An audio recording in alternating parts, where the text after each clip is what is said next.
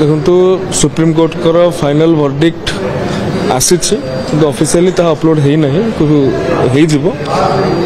दीर्घ दिन धरिकी प्रोफेसर निजुक्ति विश्वविद्यालय मानक टीचर निजुक्ति जो प्रकार रही असंगति रही सुप्रीमकोर्ट दूर कर गत सरकार समय जो व्यवस्था को ग्रहण करा जाइथिला से व्यवस्था भूल थिला बोली प्रकारांतरे सुप्रीमकोर्ट मत देइछन्ते। तेणु निश्चित भाव में जो न्यायिक असंगति रही उठी सारी आमे भी प्रस्तुत अच्छु केते जल्दी भिसी निजुक्ति एवं अन्य टीचर मानकर निजुक्ति को त्वरान्वित करने एवं एका सांगरे ये दुईटी प्रक्रिया आगु आगेब। राज्य सरकार गत मासरे जो अमेंडमेंट आनी 2020 एक्ट उपरे ताहा यूजीसी रो समन्वय को रखिक अणाइला